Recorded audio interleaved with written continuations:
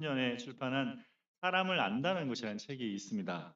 이 책에서 그 저자는 사람을 두 부류로 나눠서 언급하는데 디미니셔와 일루미네이터라고 이야기합니다. 디미니셔는 사람을 축소하는 사람이고 일루미네이터는 사람을 비추는 사람이라 이야기합니다. 디미니셔는 한번 더 눌러주실래요? 예, 사람을 작게 보이지 않게 하는 존재처럼 느끼게 하는 반면에 일루미네이터는 사람을 더 크고 깊고 존중받고 빛나는 존재처럼 느끼게 한다 이야기합니다. 그래서 이 디미션은 축소시키는 사람이잖아요. 그러니까 어떤 사람이면 사람을 이용할 대상으로 보고 자신이 가진 고정관념으로 판단하고 무시하며 자기 자신에게 너무 몰두해서 다른 사람을 제대로 보지 못하는 사람으로 여기며 그렇게 바라보는 사람입니다. 반대로 일루미네이터는 타인에 대한 지속적인 호기심을 가지고 이해하려는 기술을 배우고 적절한 질문을 던지고 관심의 빛을 비추어서 그 사람이 더 깊어 보이고 존중받는 존재가 되게 하는 사람입니다. 여러분은 어떤 유의 사람인 것 같습니까? 디미니셔인 것 같습니까? 일루미네이터인 것 같습니까? 여러분의 주변의 사람들은 여러분을 보고 이해하는 관점으로 빛이 나고 있습니까? 아니면 여러분 자신은 빛나는데 주변 사람들은 작아져서 보이지 않는 일을 반복하며 여러분 하고 있지는 않습니까? 오늘 본문의 제자들은 서로를 보고 있었지만 제대로 보지 못했습니다. 예수님 안에서 서로를 사랑하는 대상으로 본 것이 아니라 경쟁자로 봤습니다. 예수님을 따르는 동료로 보지 못하고 내 자리를 위협하는 사람으로 보았습니다. 그래서 가는 길에 누가 크냐라고 다퉜습니다. 그 자리에 예수님은 어린아이를 귀히 여기시며 그를 품에 안으시며 이 어린아이를 영접하는 것이 예수님을 영접하는 것이라고 말씀하십니다. 혼자가 되겠다고 다투는 제자들의 이 경쟁하는 마음은 어떻게 회복될 수 있을까요? 여러분 살아가면서 우리도 갖게 되는 이 서열 싸움에서 우리는 어떻게 섬기는 자로 세워질 수 있을까요? 오늘은 서열에서 섬김으로라는 제목으로 본문을 통해 주신 은혜를 함께 나누기를 원합니다. 첫 번째로 복음을 놓친 자리에 서열이 자리한다. 30절에서 32절 말씀을 같이 한번 읽겠습니다. 그곳을 떠나 갈릴리 가운데로 지날새 예수께서 아무에게도 알리고자 아니하시니 이는 제자들을 가르치시며 또 인자가 사람들의 손에 넘겨져 죽임을 당하고 죽은 지 사흘 만에 살아나리라는 것을 말씀하셨기 때문이더라. 그러나 제자들은 이 말씀을 깨닫지 못하고 묻기도 두려워하더라. 저희가 지난 본문에서 보면 가이사랴 빌립보 지역에 가서 변화산에서 있었던 예수님 변화하셨잖아요. 그 산에 내려왔잖아요. 거기서 말 못하는 귀신 들린 아이를 고치셨습니다. 그 다음에 예수님이 거기서 북쪽 지방이었잖아요. 다시 갈릴리 지방으로 내려오십니다. 갈릴리 지방, 갈릴리 가운데로 지나셨다 말합니다. 갈릴리는 예수님이 주로 사역했던 곳이죠. 그곳에 치료하시고 귀신을 쫓아내는 일도 하시고 가르치는 일도 하신 곳입니다. 근데 이제 이곳을 지나시는데 오늘 본문에 보니까 아무에게도 알리지 않으셨다. 조용히 통과하셨다. 이야기합니다. 마가복음 8장에서부터 저희가 말했잖아요. 마가복음 전체가 8장에서부터 이야기가 전환돼서 바뀐다. 예수님이 첫 번째 순환을 예고하신 다음부터 예수님의 사역의 방향이 바뀌었습니다. 예수님은 이제 군중들에게 나타나서 알리는 것에서 누구에게 집중하십니까? 제자들에게 집중하십니다. 비로소 그때부터 가르치기 시작했다라고 말씀하셨잖아요. 군중을 피해서 조용히 반복해서 가르치시는 것에 집중하십니다. 왜 그렇게 하십니까? 이 갈릴리를 지나 예수님이 이제 길 위에 여행을 가십니다. 예루살렘으로 가시는데 가서 이제 고난 받으실 거잖아요. 예루살렘을 가시는데 그 전에 제자들이 반드시 알아야 할 것이 있기 때문입니다. 그게 뭐예요? 31절에 말씀하는 것처럼 인자가 사람들의 손에 넘겨 죽임을 당하고 3일 만에 다시 살아나는 것. 이거를 제자들이 알아야 되는 거예요. 그거 다 알잖아요. 계속 계셨잖아요. 근데 지금 뭐예요? 제자들이 몰라요. 이게 뭔지. 여러분 이 여기에 예수님이 인자가 죽임을 당하고 다시 살아나는 것, 십자가와 부활이죠. 이것이 복음의 내용으로 나와 있습니다. 이것이 하나의 사건이죠. 제자들이 정말 알아야 되는 것은 뭐예요? 능력으로 오신 구세주, 왕으로 오신 그분만이 아니라 십자가에 죽으시고 죽음을 이겨내신 메시아이신 그리스도이신 그분을 알아야 되는 것이죠. 여러분 우리가 복음을 믿을 때 좋은 소식이다, 기쁜 소식이다라고 복음을 듣잖아요. 근데 복음은 여러분 잘 아셔야 돼요. 복음은 죽음과 부활의 양면성을 가지고 있어요. 복음 안에. 이걸 반드시 아셔야 돼요. 정말 좋은 소식이지만 그것을 내게 경험될 때는 상상하기 어려운 소식이기도 합니다. 내게 문제를 해결해 주는 예수님, 내 길을 열어주시는 예수님 우리는 알고 싶어 하지만 근데 십자가의 예수님, 나를 낮추시는 예수님, 내가 원치 않는 길로 부르시는 예수님에 대해서는 우리 알고 싶어 하지 않아요. 예수님이 제자들에게 집중해서 이것을 가르치려 하는데 제자들은 어떻게 반응합니까? 32절 보니까 제자들이 그 말씀을 깨닫지 못하고 묻기도 두려워했다 말합니다. 제자들은 예수님 말씀을 깨닫지 못했어요. 깨닫지 못했다는 말이 무슨 말이에요? 무슨 말인지 몰랐다는 거예요. 인식이 안 된다는 거예요. 예. 여러분 세상에서 가장 어려운 게 뭐예요? 복음.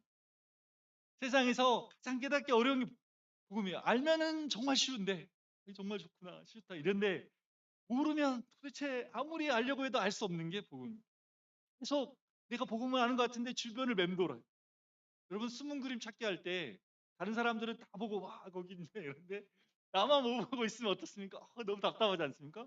뭐 어디 있는 거야 도대체 어디 있다는 거야? 그런데 저기 봐 저기 있다니까 이렇게 이야기하지 않습니까? 다 보지만 안 보이는 그것처럼 답답한 게 없죠. 네. 여러분 이 제자들이 왜 깨닫지 못하고 있습니까? 왜 못 깨닫는 거예요? 네, 복음이 가진 속성 때문에. 아까 말했던 것처럼 복음은 늘 양면적, 양면. 생명과 죽음이, 심판과 용서가 공존합니다. 이것이 복음의 신비예요. 공의와 사랑이 공존하시는 하나님 안에서 오는 신비입니다. 예수 그리스도로 말미암아 은혜와 진리가 이 복음 안에 실제.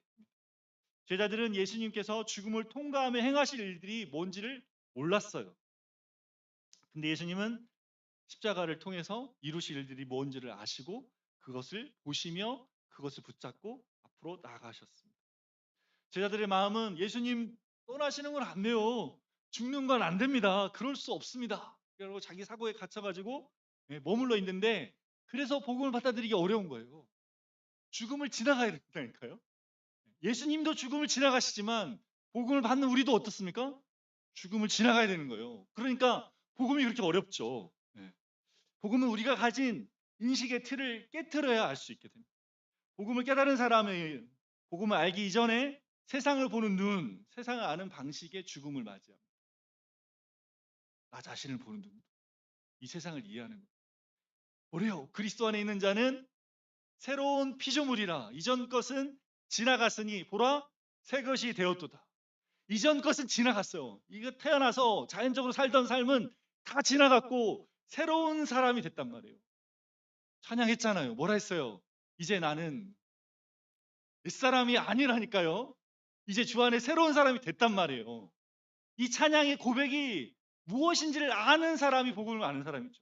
그래서 새로운 사람이 됐어요. 복음은 적당히가 없는 거예요. 과격합니다. 갈라디아서 2장 10절에 뭐래요? 내가 그리스도와 함께 십자가에 못 박혔나니 못 박히고 있다. 못 박힐 것이다가 아니라 못 박혔어요. 못 박혔다는 말이 뭐예요? 예수님 죽을 때 나 죽었다는 말입니다. 나 죽었다는 거예요. 더 이상 이전의 생명으로 살고 있지 않다는 겁니다. 그리스도께서 나를 위해 이루신 그분의 죽으심을 통해 이루신 것이 무엇인지를 아는 사람이 복음을 깨달은 사람이죠. 제자들은 깨닫지 못했을 뿐 아니라 심지어 묻지도 않고 두려워했어요. 왜 안 묻고 있습니까? 왜 안 묻고 있어요?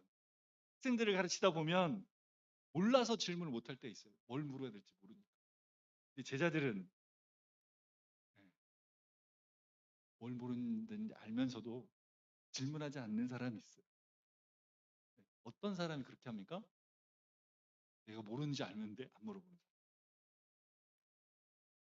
무관심하거나 의도적으로 안 물어보는 거죠. 그거 몰라 되는 거지. 그거 모른다고 큰 문제 있겠어? 무관심한 거죠. 의도적인 사람은 어떻습니까?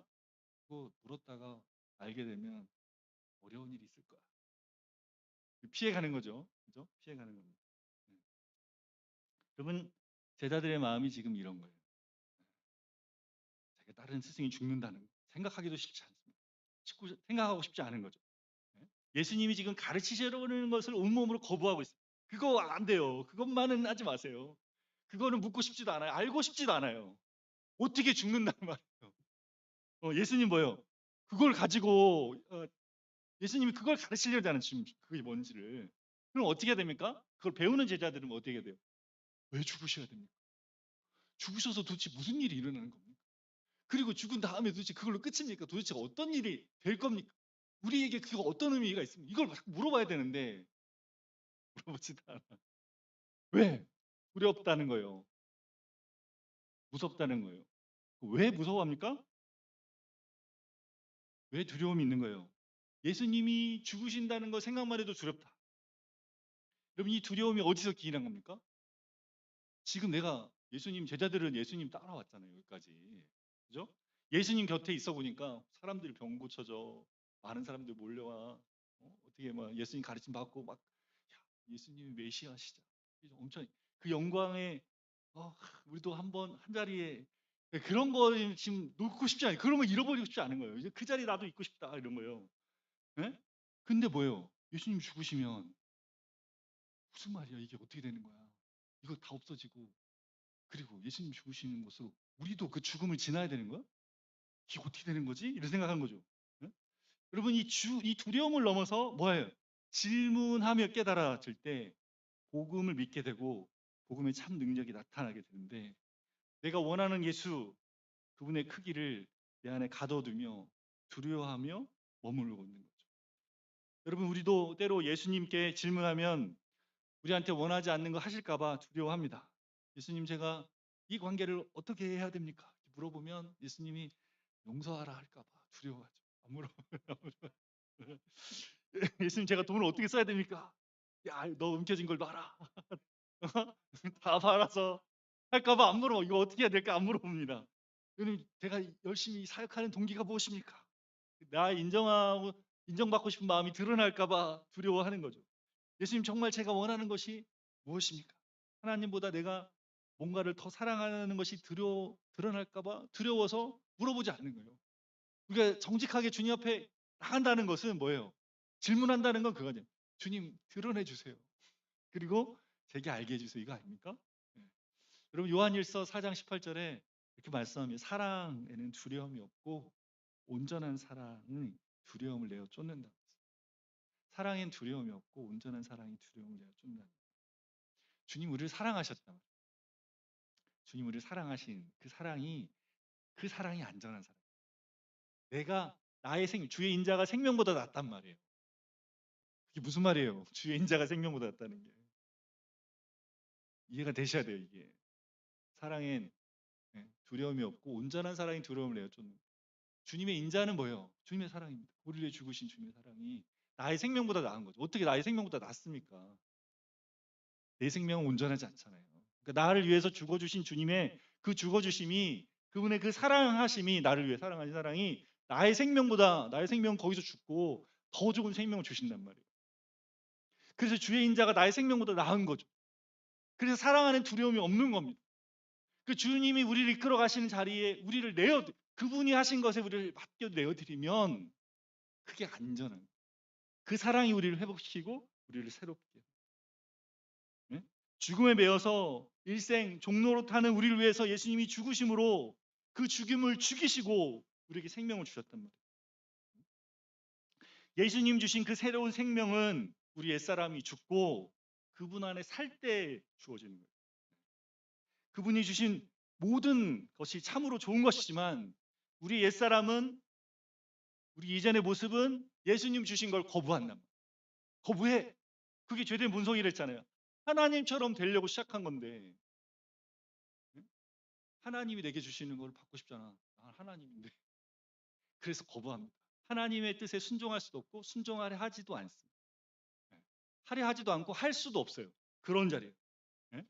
깨닫지 못했으면서 옛자가 죽는 것을 두려워하며 묻지도 않고 침묵하여 여전히 알지 못하는 것 안에 귀를 닫고 소통하려 하지 않는 모습으로 있게 됩니다.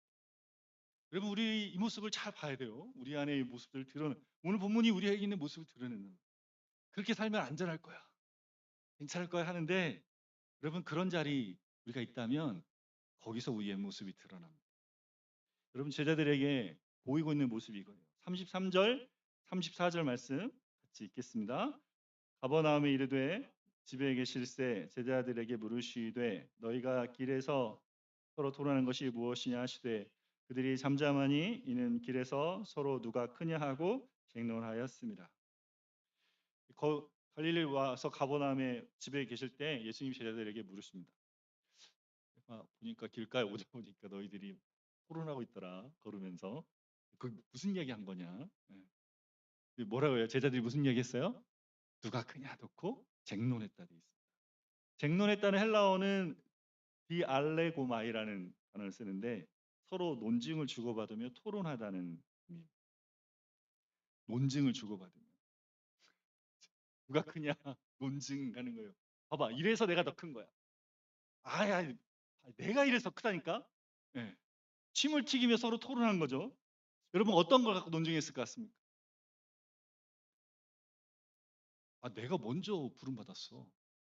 내가 오래됐어 제일. 나보다 더 큰 애가 있겠니? 내가 너희 오는 거 봤잖아. 예수님 제자되는 거 봤잖아. 내가 제일 크지. 아니야. 내가 전도했는데 사람들 엄청 예수 많이 오고. 전도 내가 엄청 많이 했잖아. 아니야. 너 변호사는 올라가 봤어? 변호사에 나 올라가서 모세랑 보고 엘리야도 봤어. 예수님 변한 것도 봤어. 넌 그런 거 안 봤잖아. 어? 내가 경험한 것만큼 내가 더 크다니까 봐. 내가 더 크잖아. 아니 병 고쳤는데 있잖아. 사람들이 숫자로 하자. 병 고치는 숫자로. 귀신 떠나가게 한 사람 숫자 대보자. 내가 한 것만큼 되니? 이렇게 논증하고 할 얘기 엄청 많습니다. 여기 할 얘기 많아요. 여러분 제자들의 모습 보이세요? 예수님 십자가 죽으심에 대해서 묻지도 않아. 궁금해하지도 않아.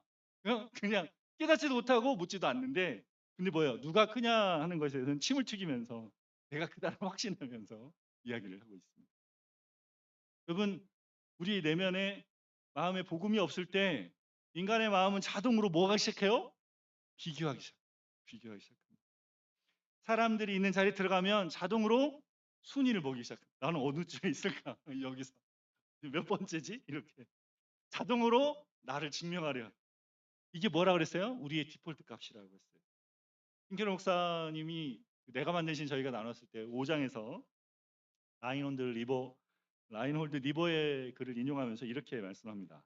읽어보겠습니다. 인간은 정서적으로 불안하며 그 불안을 권력 의지로 극복하려 한다. 자신이 유한하지 않은 척한다. 인간에게는 무력함에 대한 깊은 두려움이 있고 이 두려움은 우리가 하나님으로부터 멀어진 데서 비롯되었다. 우리 안에 불안이 있단 말이에요. 불안이 있어요. 왜? 아까 하나님처럼 되려고 했는데 하나님 떠난 다음에 정서적으로 불안합니다. 마음에 두려움, 깊은 불안이 하나님으로 떠났기 때문에. 그래서 그 떠난 자리를 뭘로 채우려고 그래요? 권력, 힘으로. 누군가를 다스리고 내 맘처럼 하는, 내 맘대로 되어지는 것을 보는 것으로 나의 마음의 불안을 이렇게 차지하려고. 그래서 누가 크냐는 다툼은 이것의 표현이에요. 여러분 이게 제자들의만의 문제가 아니라 우리 문제. 내가 만드신 그 5장에 현 목사님이 대학 때 알았던 제임스라는 친구 이야기를 합니다. 이 친구는 예수님 믿기 전에 여색을 밝히기로 유명했어요. 근데 매번 여자랑 함께 유혹해서 잠자리 하고 난 다음에 그 다음에 이 여자에 대해 흥미를 잃는 거예요. 계속 같이 사랑하는 게 아니라 잠자리 한 것으로 그리고 헤어지는 거죠. 그리고 나서 이 사람이 예수를 믿었는데 그리고 예수님 믿은 다음에 수업할 때나 토론할 때 논쟁에서 이기려고 엄청 달려듭니다. 그리고 자기가 회장도 아닌데 마치 그 모임의 회장인 것처럼 앞에서 리더십도 발휘하고 그런 발언도 하고 막 이렇게 하는 거죠. 그리고 이 사람이 사역을 이제 하려고 했나 봐요. 사역에 들어서려 하는데 하나님을 섬기기 위해서 사역을 해야 되는 거 아니에요? 그게 아니라 내가 옳고 내가 진리를 가지고 있다는 것을 가지고 그 권력을 얻기 위해서 사람들에게 인정받고 힘을 얻기 위해서 사역을 시작했다라고 해요. 그러니까 이 사람은 예수님 믿기 전이나 믿은 다음이나 그 사람 마음속에 있는 우상은 같은 거예요. 힘으로 다른 사람을 조종하고 하는 그 내면에 감춰진 그 불안감으로 인해서 나오는 그 힘을 통해 안정감을 가지려는 그 마음의 내면은 같은 거죠. 이게 안에 자신의 의미와 가치가 예수님께로 옮겨져야 되잖아요. 그게 아니라 계속 그 마음으로 그 동기로 이렇게 우상으로 또 권력의 우상이 붙잡혀서 그렇게 살아갔다는 거죠. 여러분 이게 제자들만의 이야기도 아니고 제임스만의 이야기가 아니에요. 우리 내면에 이게 있단 말이에요. 있잖아요. 없습니까? 저만 있습니까? 있어요. 누가 없냐? 내가 이 교회 더 오래 다녔다. 왜 저 사람만 더 인정받는 거지? 어? 어? 내가 더 수고하고 있는데 왜 내 수고는 당연하게 여기는 거지? 저 사람 얼마나 수고했나? 나보다 더 하는 거냐? 덜 하고 있나? 뭐 이런 걸 비교하고 아, 저 사람 나보다 나이가 적어. 돈이 없는 것 같아. 믿는 지 얼마 안 된 것 같아. 이런 걸로 자꾸 재준단 말이에요. 되잖아요. 네, 되고 있어요. 이걸 따지는 게 우리 되면. 여러분 누가 크냐의 싸움은 교만한 사람의 문제만이 아니라 복음 안에 자기 가치를 확인하지 못한 사람이 자기 존재를 증명하려는 몸부림입니다. 그러니까 가만히 놔두면 그거 하고 있단 말이에요. 그거 하면 그런 나를 볼 때 어떻게 해야 돼요? 누가 크냐 하고 있을 때 내 마음의 생각이 지나갈 때 어떻게 한다 그랬어요? 복음을 아는 사람. 복음을 알고 복음을 아는 그 자리에 그때마다 복음 안에 머물러야 돼요. 예수님이 십자가에 죽으시고 부활하시며 내게 주신 복음이 뭔지를 아는 사람, 나의 정체성을 복음에 주죠. 마음에 누가 크냐라는 생각이 올라올 때 내가 보니까 내가 그 생각을 하고 있구나. 그럴 때 어떻게 해야 돼요? 그게 나도 이래. 이게 아니고 어떻게 한다 그랬어요? 그래서 저는 주님이 필요합니다. 그거 하라 그랬죠? 그래서 저는 주님이 필요합니다. 한번 따라서 해보겠습니다. 그래서 저는 주님이 필요합니다. 그래서 저는 주님이 필요합니다. 를 하셔야 돼요. 주님, 그 큰 사람, 그 크기 재는 사람, 그 권력으로 나를 확인하려는 사람은 죽었어요. 죽었어요. 이제 나는 그 사람 아니에요. 그 사람 아니에요. 그 사람이 나가 아니야. 그 사람은 나의 정체성이 아니고 이 사람은 죽은 사람이라니까요. 죽은 사람이 지금 살았다고 말하는 거지. 그래서 어떻게 해요? 주 안에 있는 사람이 저예요. 주 안에 있는 저는 이미 큰 자예요. 너무 큰 자죠. 말할 수 없이 큰 사람. 하나님의 자녀보다 더 큰 사람이 어디 있습니까? 하나님의 자녀. 예수님 짤이죠. 저는 그렇게 있습니다. 이 고백을 하면 어떻게 돼요? 얘가 잠잠해진다니까요. 얘가 막 처음에 어디 가면 막 일어나던 얘가 점점점 소리가 안 들리기 시작해요. 얘가 얘가 소용이 없는 거구나. 얘가 지금 자기가 죽었다는 걸 알게 됩니다. 조금씩 조금씩. 그 주님 안에 있는 내 소리가 커져. 주님 안에 있는 정체성이 점점 커져서 더 가까이 있게 됩니다. 조금 소리 들려면 네가 또 나타나는구나. 그래서 나는 주님께로 간다. 주님 저 죽었어요. 저 주님 안에 있어요. 이거를 할 때마다 그때마다 그 마음에 머물 때 마음에 서열이 따지는 마음을 볼 때마다 주님께로 가서 적극적으로 이 말을 하며 이걸로 변증해라. 이걸로 변증하고 네가 뭐 죽었어. 계속 있잖아. 너 안 되잖아. 이걸로 아니 거짓말하지 마. 나 예수 그리스도와 함께 십자가 못 박혀 죽었다고. 내가 사는 게 아니고 내 안에 주님이 살고 계셔. 그것은 난 사는 거야. 정죄함이 없어 나에겐. 거짓말하지 마. 난 여기 살고 있어. 이거 하면서 어떻게 해요? 주님 주시는 그 마음을 가진 자 살아가는 저와 여러분 되시길 바랍니다. 두 번째로 복음이 채워진 자리에서 섬김이 흘러간다입니다. 너희가 길가에 서로 토론하는 것이 무엇이냐는 예수님의 질문에 제자들은 답을 할 수 없어서 침묵했어요. 네. 왜 침묵했어요? 뭔가 답을 부끄럽다, 참 부끄럽다는 생각을 한 거죠. 예수님이 모르셨습니까? 몰라서 물어보신 게 아니고 알고 물어보셨죠. 네. 그래서 지금 여기서 꾸짖지 않으시고 십자가는 모르면서 누가 크냐 하고 있니 지금? 이렇게 하지 않으시고 뭐 하세요 예수님이? 네. 질문하시고 가르쳐 주시는 거예요. 35절 말씀 같이 읽겠습니다. 어린아이 하나를 예수께서 앉으사 12제자를 불러서 이르시되 누구든지 첫째가 되고자 하면 무사람의 끝이 되며 무사람을 섬기는 자가 되어야 하리라 하시고 제자들을 불러 모으고 예수님이 자리에 앉으셨어요. 그럼 스승이 제자들 앞에 앉았다는 것은 당시 랍비가 공식적인 교훈을 선포할 때 취하는 자입니다. 귀 위에 이렇게 소란한 자리에서 진짜 질문을 다루시기 위해서 가르치기 위해서 자리에 앉으셨죠. 그리고 제자들을 불러 모으십니다. 누가 크냐로 마음이 흩어졌을 거 아니에요. 그렇죠? 한 자리에 이렇게 앉히고 서로를 향했던 시선을 누구를 향해? 예수님을 향하게. 예수님을 바라봐야 된다. 교회는 예수님을 봐야 돼요. 알겠죠? 우리들 서로 사랑하면서 볼 때는 못해. 아까처럼 일단은 예수님을 자꾸 봐야 돼요. 예수님을 봐야 돼요. 네. 비교 경쟁하던 자리에서 예수님 앞에 배울 자리를 주시죠. 그 제자는 어떤 사람이에요? 제자는 잘 배우는 사람. 제자는 어떤 사람이다? 잘 배우는 사람. 네. 제자에게 가장 중요한 덕목이 잘 배울 수 있는 마음이에요. 네. 그럼 제자들 아까 말했잖아요. 깨닫지 못하고 두루에 묻지도 않았어요.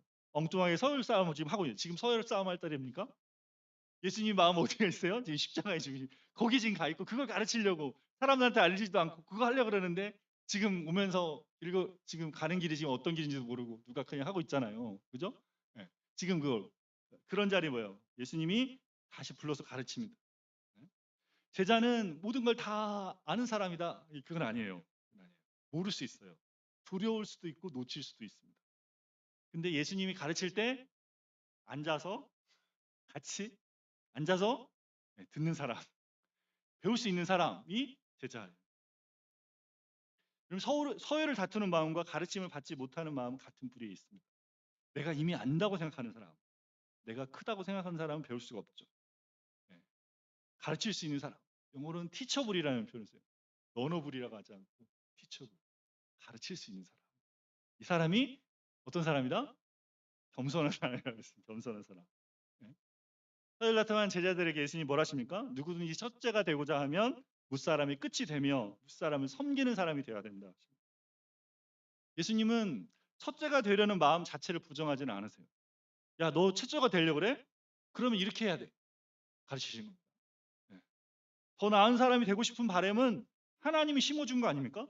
의미 있는 존재가 되고 싶고 영향력을 행사하고 싶고 중요한 사람이 되고 싶은 마음은 선한 마음이에요. 네? 이게 하나님의 형상으로 창조된 사람 안에 있는 거죠. 중요한 것은 그 마음이 뭘 향하느냐, 어디를 향하느냐. 예수님은 그것이 잘못되고 틀렸다 하지 않고 그것이 어디를 향해야 되는지를 이야기하십니다. 여러분 공동체가 이루어지려면 앞에 있는 사람이 필요합니다. 있어야 돼요. 누군가는 앞에 서서 방향을 잡아줘야 되고 그래서 함께 따르는 사람이 있고 그래야지 모임이 세워지지 않겠습니까? 예수님이 부정하시는 것은 리더십 자체가 아니에요. 예수님이 경계하시는 것은 섬김이 없는 리더십, 권력을 가지고 자신의 영광을 구하는 것을 경계하십니다. 여러분 세상은 얼마나 많은 사람이 나를 섬기는가로 영향력을 판단합니다. 예수님은 내가 누구를 섬기는가로 우리 영향력이 결정된다고 이야기합니다. 세상은 더 많이 올라갈수록 큰 사람이라고 부르지만 예수님은 기꺼이 아래로 내려가는 사람을 큰 사람이라고 부르십니다. 무사람의 끝은 당시 노예의 자리였습니다. 무사람 섬기는 자는 식탁에서 시중 드는 사람이에요. 예수님은 이 단어로 크다는 것을 정의하시며 마가복음 10장 45절에 이것을 예수님 자신에게 정의하십니다. 마가복음 10장 45절 말씀 같이 읽어보겠습니다. 인자가 온 것은 섬김을 받으려 함이 아니라 도리어 섬기려 하고 자기 목숨을 많은 사람의 대속물로 주려 함이니라. 인자가 온 것은 섬김을 받으려 하는 것이 아니고 섬기려 오셨어요. 생명을 많은 사람을 위해 내려주어 오셨습니다. 예수님이 주신 이 복음 안에서 우리는 새로운 정체성을 얻습니다. 내가 인정받거나 내가 힘을 가지려 하지 않아도 됩니다. 예수 그리스도 안에서 인정받고 그분이 주신 것 안에 충분히 내 안의 능력과 그 새로움들이 부어집니다. 그래서 우리를 위해 죽으신 예수님 안에, 우리를 위해 섬겨주신 예수님 안에 우리는 충분하죠. 그분 안에서 우리가 체험받기 때문에 주님께서 내게 주신 힘과 지혜와 능력을 다른 사람들을 섬기는데 우리가 사용할 수 있게 되는 것입니다.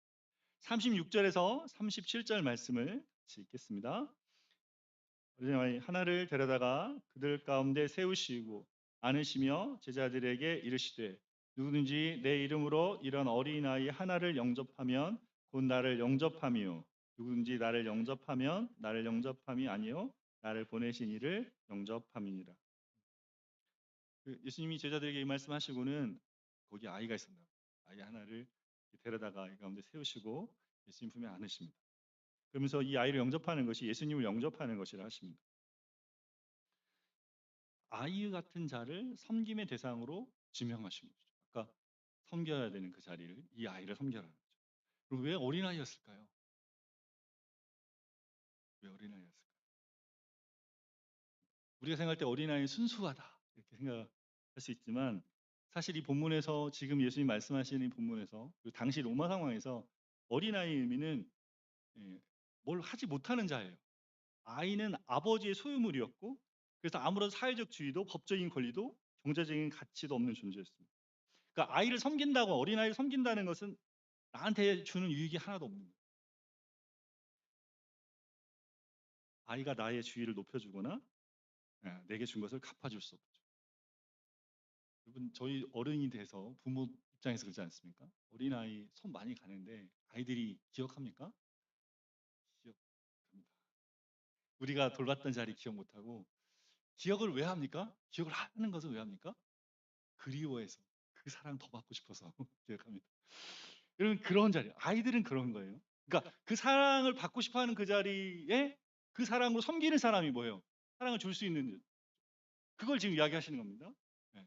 제자들은 누가 중심이 될 것을 다퉜지만 예수님은 아무도 중심이 세우지 않던 그 아이를 그 가운데 세우시며 예수님이 세우는 몸된 교회 하나님 나라 공동체의 중심이 있어야 할 존재는 이런 사람들이라고 이야기하죠.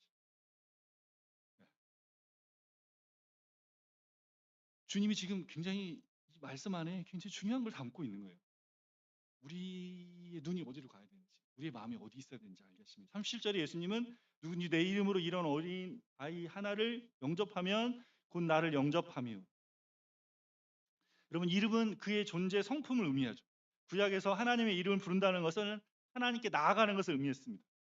그러므로 내 이름으로 어린아이 하나를 영접한다는 것은 단순히 예수님을 생각하며 무엇인가 행하는 것을 의미하지 않습니다. 우리 머릿속에 이렇게 단순하게 생각하는데 예수님의 이름으로 어린아이를 영접한다는 것은 예수님의 존재와 그분의 성품 안에서 그분이 행하신 복음의 은혜 안에서 예수님이 사람들에게 행하신 그 방식대로 영접하는 것을 이야기해요. 그러니까 예수님의 이름으로 어린아이를 영접하는 것은 예수님이 먼저 나를 그렇게 영접했기 때문에 하는 것. 이것이 우리의 동기.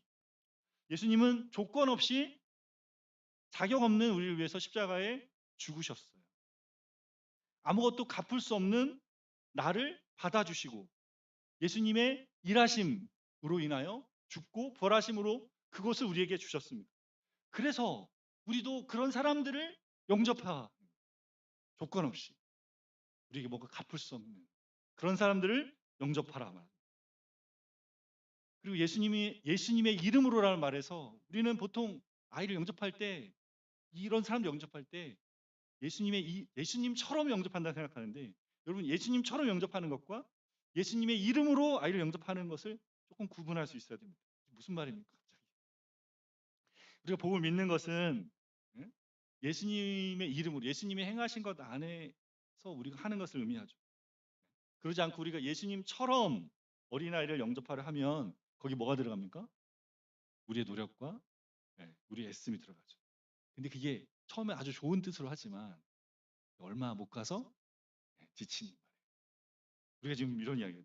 사도 바울이 갈라디아서 3장 3절에 내가 성령으로 시작했다가 이제 육체로 마치겠네. 시작은 그렇게 해. 예수님의 이름으로 예수님처럼 나도 하고 싶어 이렇게 했는데 그걸로 막 가다 보면 어떻게 됩니까? 언제까지 해야 돼? 못하겠어 이렇게 된단 말이에요. 그래서 뭐예요? 우리의 노력으로 섬기는 게 아니라 예수님처럼 하는 게 아니고 예수님의 이름으로 예수님 안에서 섬기는 거예요. 예수님 뭐랬어요? 나는 포도나무 너희는 가지니 저가 내 안에 내가 저 안에 있으면 이 사람이 열매를 많이 맺는데 나를 떠나서는 너희가 아무것도 할 수 없어. 뭘 한다고 하는데 예수님 떠나서는 못 한다는 거예요. 뭐예요? 예수님이 정말 원하는 이거 말씀하신 섬김의 자리를 못한다. 그래서 그분 계속 붙어 있어서 계속 주님을 바라보며 그분이 주시는 은혜의 양육을 받으며 다른 사람을 섬길 때 어린아이 같은 자를 섬길 때 섬길 수 있게 돼요. 사역을 해보니까 그래요. 잘 해보니까 이 말했잖아요. 복음을 전하지만 복음을 못 얻어듣는 사람도 있고 그리고 알았다고 하는 사람도 좀 지나면 다시 돌아가 있고 어린아이 같은 마음 그죠? 근데 그거를 하려고 하면 내 힘으로 하면 어떻게 됩니까? 안 할 거야. 언제까지 이래야 돼? 언제까지 이러고 있어? 막 이런 마음이 들지 않겠어요? 못해요 그거를. 그러니까 어떻게 해야 돼 그때마다? 그래요. 옛사람 없는 거죠.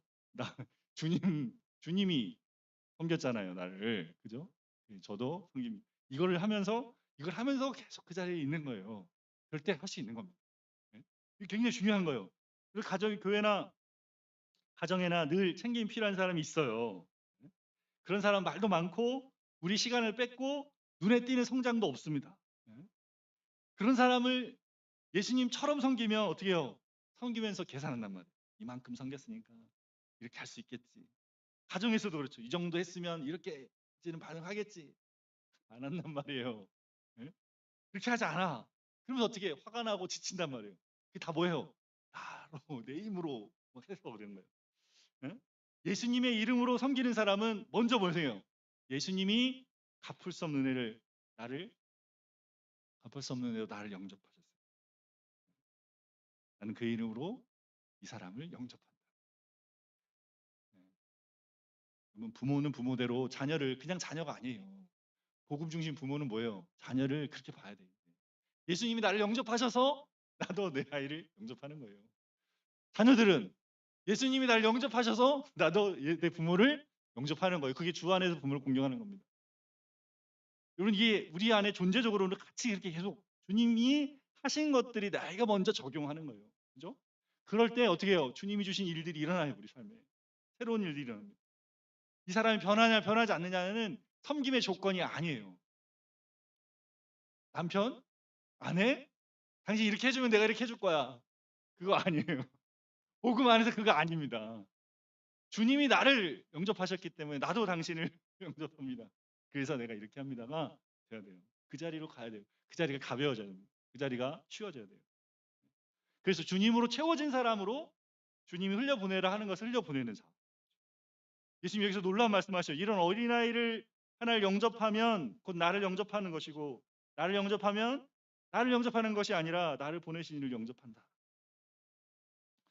유대인 전통에서 대리인은 그를 보낸 자와 동일시돼요. 그래서 예수님을 영접하는 것은 예수님을 보내신 하나님을 영접하는 하나님 아버지 영접하는 것과 같은 것이 됩니다. 그래서 여기 또 질문이 그럼 어린아이를 영접하는 것이 어떻게 예수님을 영접하는 것이 되는 것입니까? 예수님이 지금 예수님과 이 어린아이를 어떻게 해요? 동일시하잖아요. 그렇죠? 네. 하나님의 예수 그리스도를 영접하는 자에게 하나님 자녀 되는 권세를 주셨다 했는데 이 어린아이를 영접하는 것이 어떻게 예수님 영접하는 것이 됩니까? 이렇게 생각하는데 빌립보서 2장 7절 8절에 이렇게 말씀합니다. 오히려 자기를 비워 종의 형체를 가지사 사람들과 같이 되셨고 사람의 모양으로 나타나서 자기를 낮추시고 죽기까지 복종하셨으니 곧 십자가에 죽으심이라.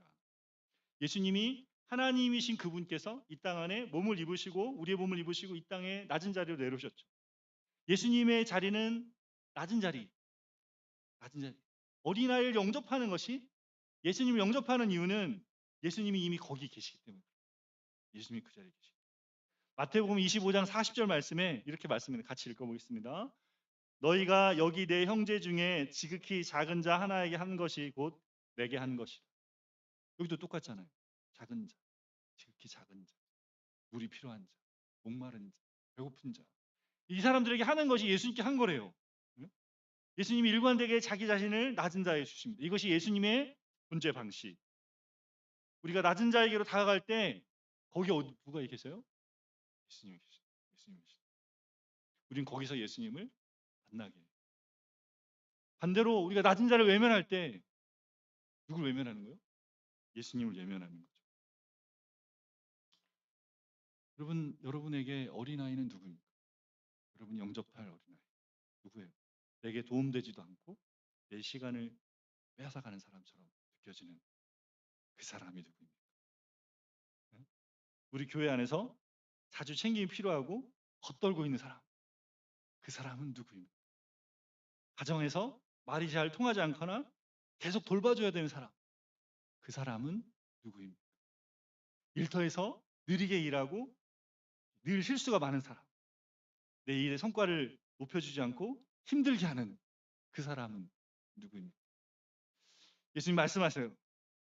그 사람을 내 이름으로 영접하는 것이 나를 영접하는 것이다. 예수님이 어린아이 같은 우리를 위해서 먼저 오셨단 말이에요. 어린아이 같은. 그 말은 자격이 없고 별로 존중받지 못하는. 인자는 사람들의 손에 넘겨져서 아무런 권리 없이 변명도 못하고 죽임을 당하셨습니다. 그분은 자기를 비워서 종의 형체를 가지서 자기를 낮추시고 죽기까지 복종하셨어요. 왜 그렇게 하셨어요? 왜 그렇게 하셨어요? 좌우를 분별하지 못하고 나로 가득 찬 어린아이 같은 나를 위해서 그렇게 하셨습니다. 스스로 큰 자가 되려고 하면서 늘 낙심하고 불안해하고 두려워하는 우리를 영접하기 위해서 그렇게 하셨습니다. 여러분, 예수님 주신 복음 안에서 우리는 겸손하게 되고 자유롭게 됩니다. 주님 안에서 우리는 더 이상 인정받으려고 애쓰지 않아요. 우리는 이미 그리스도 안에서 하나님의 사랑받는 자녀. 현재일도 장래일도 능력도 높음도 깊음도 세상의 어떤 피조물도 우리를 사랑하시는 하나님의 사랑에서 우리를 끊을 수 없다고 말씀합니다.